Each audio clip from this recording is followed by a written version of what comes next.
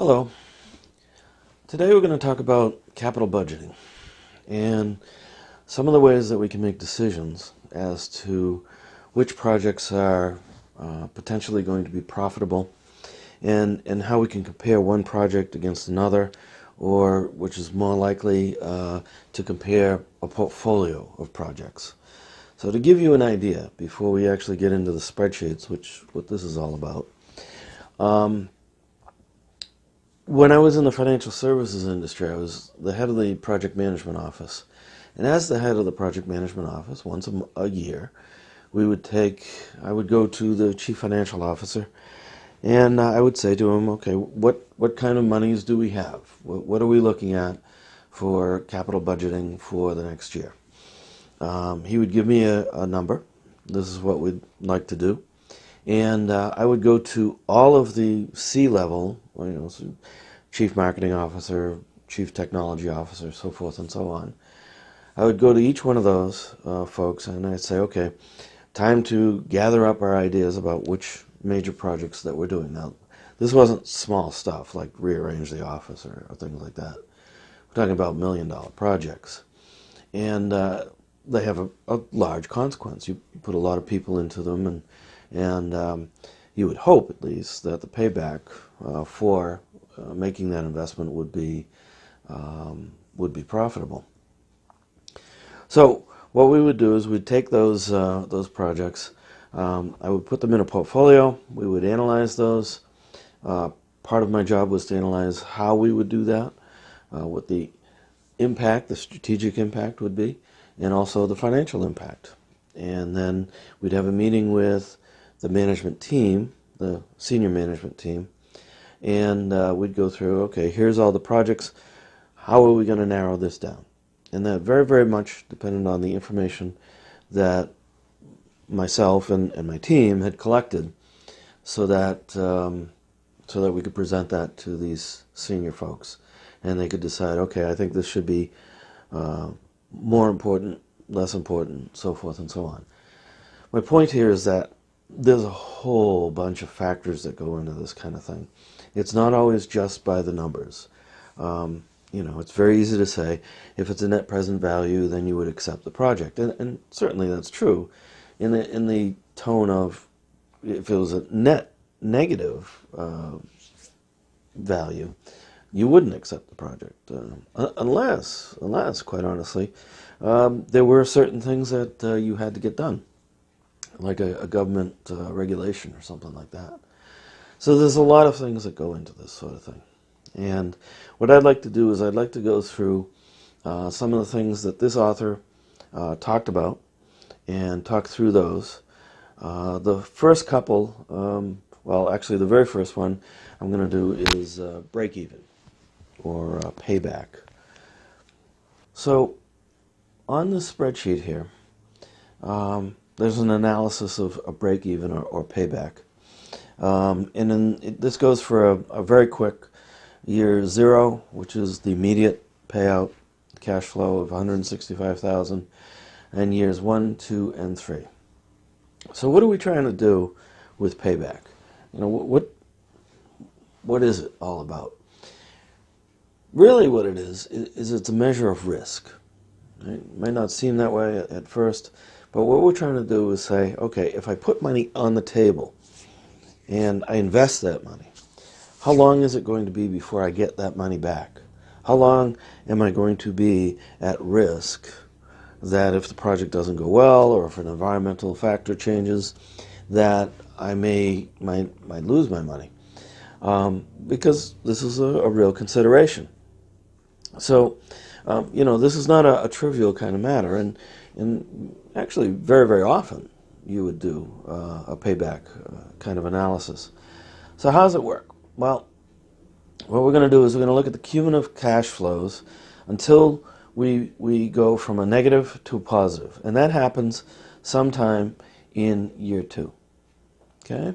So we're going to take year 2 and then plus the divisor of 31,080, which is up here, our cash flow here, and divide it by 91,000, which is going to give us 0.34. And when we add the 2 to it, that's 2.3412. And that's how many years or periods that this particular analysis will take before we break even. And basically, we haven't lost any money.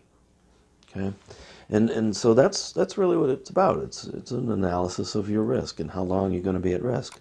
Now, the longer you're at risk, the less attractive it may be. And then the shorter it is, well, the shorter the payback period is, the more you might feel, okay, well, we can take more risk because it's only a short period. It looks good now. Probably things aren't going to change in that short period. So therefore, we'll go ahead and do it. At least that's what you would hope for. Now, a much more sophisticated analysis is this one up here, the net present value. So what we're looking at is, again, the same cash flows. We've got 165,000, 63,000, 70,000, 91,000, so forth and so on. And we have a required return of 12%. So that might sound like a lot, but generally you would peg your required return. You wouldn't want to do anything that was too dramatically much lower than your current net profit. Right? Why would you go into a project that's going to return you less than the money that you're making already? Well, there might be reasons. Again, strategic imperatives. Just we have to position ourselves this way or that way, that sort of thing. But in general, you would stick with your required return being current net profit would be a good one. Now, down in this net present value, what we've done, and up here in the address bar, or the function bar, we see that it's a net present value. Actually, let me turn it this way so you can see there we go. So we've got net present value. I've got C4, which is the required return. And then, so we're going to get the net present value of B7, which is the positive cash flows that occur after that first year. And then I'm going to add in the negative. So in other words, I'm going to subtract out that 165,000.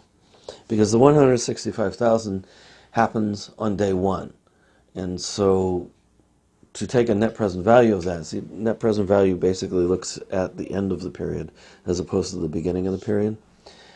Now, if you were looking at a project where at the end of the period, at the end of the first year you have to shell out 165, you wouldn't actually take it out of the equation. Otherwise, you would. Now, I have to tell you, net present value is absolutely the thing that when you're doing a large project, people are going to want to see. Decision makers are going to want to see the net present value. This is an extremely, extremely important analysis, and you got to be able to do it right. Okay.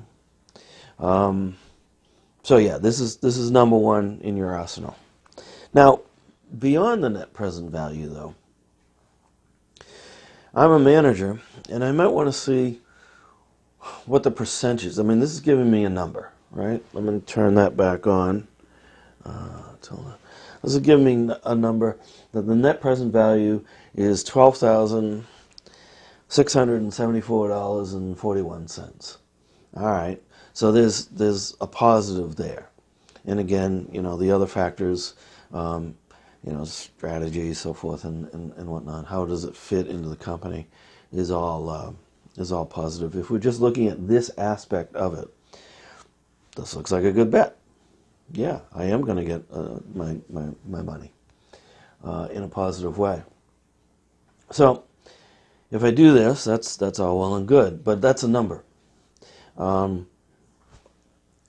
think people should know that I'm a percentage guy, because percentages for me let me focus comparing one thing to another thing. Now you could do this. I could easily have. We just have one project up here, but we could easily have a number of projects, and we could show the net present value for each one of those. And the one with the highest net present value basically is the winner. Now, you'd also have to take care, this particular project has $165,000 cash layout. There might be another project that has a higher net present value, but it's got a $2 million cash layout at the beginning. And so that's a bigger project. And again, other factors might very well fit into it. I was like, okay, can we execute on that kind of thing? But you could have a whole series of projects. And in fact, on that portfolio of projects that I mentioned at the start, that's exactly what we did. Every single one of them. Every single one of them had a break even. Every single one of them had a net present value. And every single one of them had this third analysis, which is the internal rate of return. Now, the internal rate of return, basically, what we're trying to do is we're trying to solve a polynomial that gets back to the percentage. That's the answer is the percentage. And in this case, so we've got the same cash flows. Let me turn on the formulas here. And now, with the formulas exposed, we can see that the internal rate of return, first off, is made up of D4, which is, in this case, a 5% or 0.05, which is 5%. And that's a guess. And then we go to the actual cash flow that we want to analyze. It's the negative 165, or period 0 through period 3. A little bit different than the net present value in that we include the entire thing. Now the interesting part, and the part that I really wanted to show for, to drive home the point, is that on the net present value analysis, if I actually use the internal rate of return that we achieved here, up here in D7, and I use that for my net present value analysis, along with the cash flows that are in B4 through 14, and oh yeah, by the way, you can go through the entire thing. Then the net present value will come out to a 0. And so that's one way that you can compare the two. Now, let me turn that back in here. And so this is the internal rate of return. Basically with this, what we're trying to do is we're trying to solve for what's called a polynomial. We're trying to get back to the number, in this case 16.132% is the answer. And we're using the net present value analysis to do that. So up here, I have a 5%, 5%, and that's a guess. It's just a place where we're starting. If you don't put that in, then Excel just guesses its own thing and goes ahead. But basically, what's going to happen is Excel is going to iterate between percentages. We're going to start with 5%. Does that get me there? No, it doesn't. I'm too low. Okay, I got to go up. Maybe I'll go up to 10%, double it. Does it get? Oh, it doesn't get me there. Okay, I'll go up. I'll go to 20%. Right? And oh wait, now I'm too high. Okay, I'll go to 15%. Whoa, I'm too low.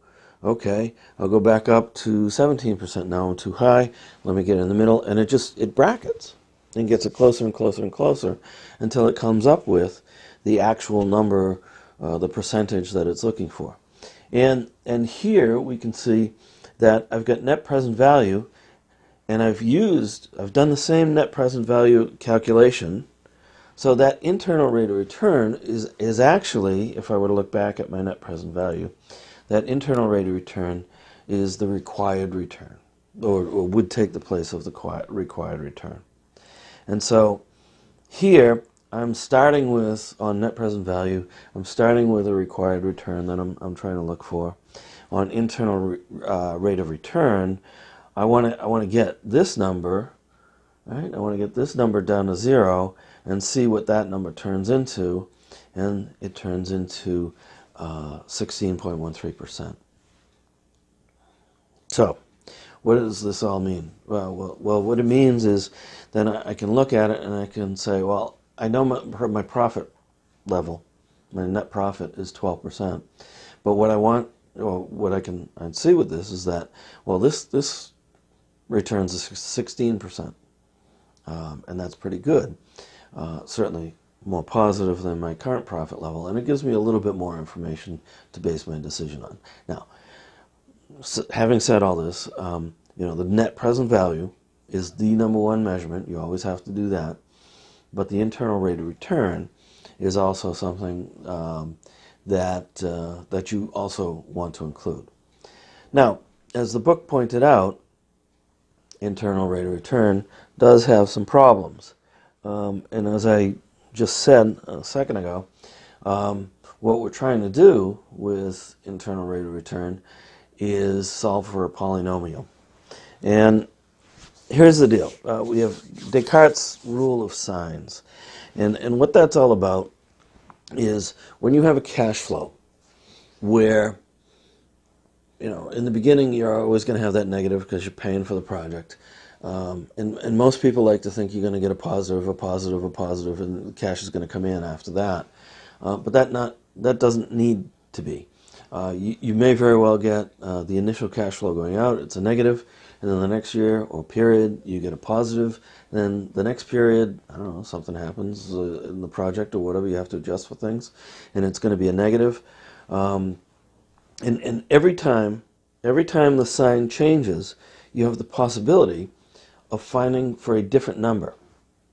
And it's fairly complex kind of thing, but it's a real phenomenon. It's just a mathematical formula kind of phenomenon. Now, Excel is probably going to find a good number for you.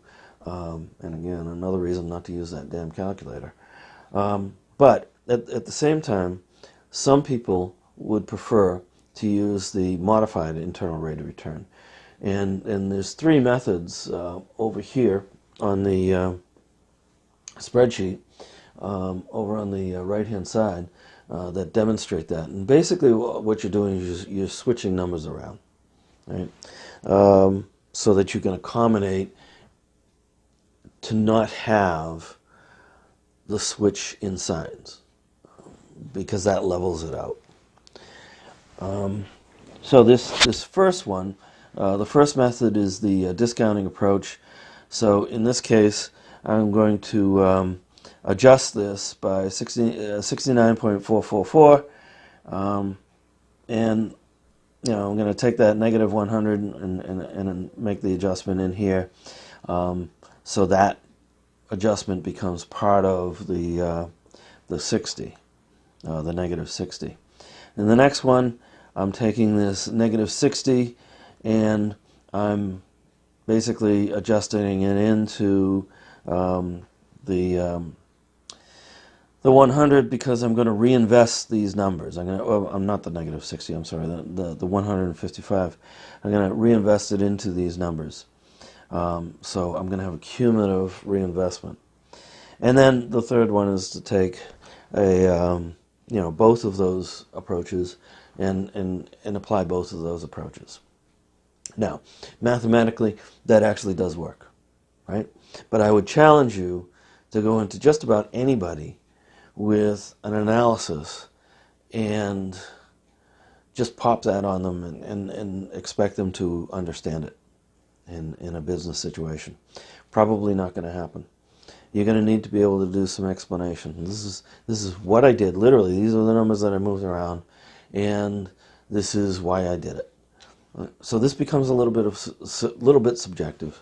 Whereas if you use just a straight internal rate of return, and you use Excel, you're probably going to get a decent number, maybe a little bit overstated, but a decent number, and business people do understand it.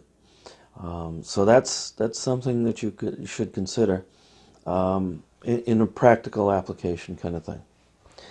Now, the last one that the author mentions is this average accounting return. And the funny thing about average accounting return is that there's lots of different ways to do it. And so in the book, he's got average accounting return, being average net income divided by average book value. And then I looked up in Investopedia, it was average annual profit divided by the initial investment, right? Which is a little bit different than average book value. I think, average initial profit, annual profit, and average net income, pretty close together. So again, we have our two stories here. We've got the same cash flows on this first one that's going by the author's method, and then he takes that and he's given us the net income for each year, whatever that may be. All right, I got the average book value. Now there's some adjustments that need to be explained, if you will, in average book value, because you might have different depreciation rates. So which depreciation rate are you going to use for this kind of thing? And then we've got average net income, right, which would be the average of these guys over here, and again projections, and that brings me out to 21%. Now, if I were to take the AAR, or average return from Investopedia, what I'm looking at is I've got $165,000 outlay. I've got the same amounts again, and then my average accounting return given the initial investment is going to come out at 9%. So which one's right? One's 21% and the other one's 9%. And the point of the matter is that there's lots of different formulas to do this. Again, mathematically, they both work out for what they're trying to do. The point is, what are they trying to do? Do I have to go into somebody's office or into a conference room with a whole committee of people and say, this is how we did the analysis, this is what we took this number and that number and that, and I guarantee you do that, somebody's going to say, well, I wouldn't have done it that way. So this becomes a little bit difficult. Now, if you're working in a company that uses one of these two formulas or one of many of these kinds of formulas, all well and good. That should be a case where everybody understands, okay, this is how we do that analysis. And that would be actually a very good practice for a company. If I were doing analysis in companies, and I have in 3 major companies, multi-million-dollar project kind of stuff, I would probably stay away from this unless it was a very special situation. I would probably stay away from the modified internal rate of return. And what I would do is I would give management 3 numbers so that they could decide. The numbers that I would give them would be break-even or payback, right? Which, by the way, doesn't take into effect the time value of money, but it's still, it's when am I going to get my money back? Net present value is absolutely, positively king of the hill. And that's the one that I would use also, actually, as the prime justification for a project. And then internal return, yeah, not only is it a good project, but we've got a good internal rate of return on it. The other two, modified internal rate of return and this accounting or average accounting, I don't know that I'd have the energy to explain it. Again, though, if it was a standard tool that my company used, then all well and good. That would be an appropriate thing to do. So none of these formulas are bad. None of them are bogus. The stuff that's in the book for this particular chapter, all of these work. Once again, it's a matter of application. How are we going to actually apply these so that it makes sense in the case that we're trying to use it for?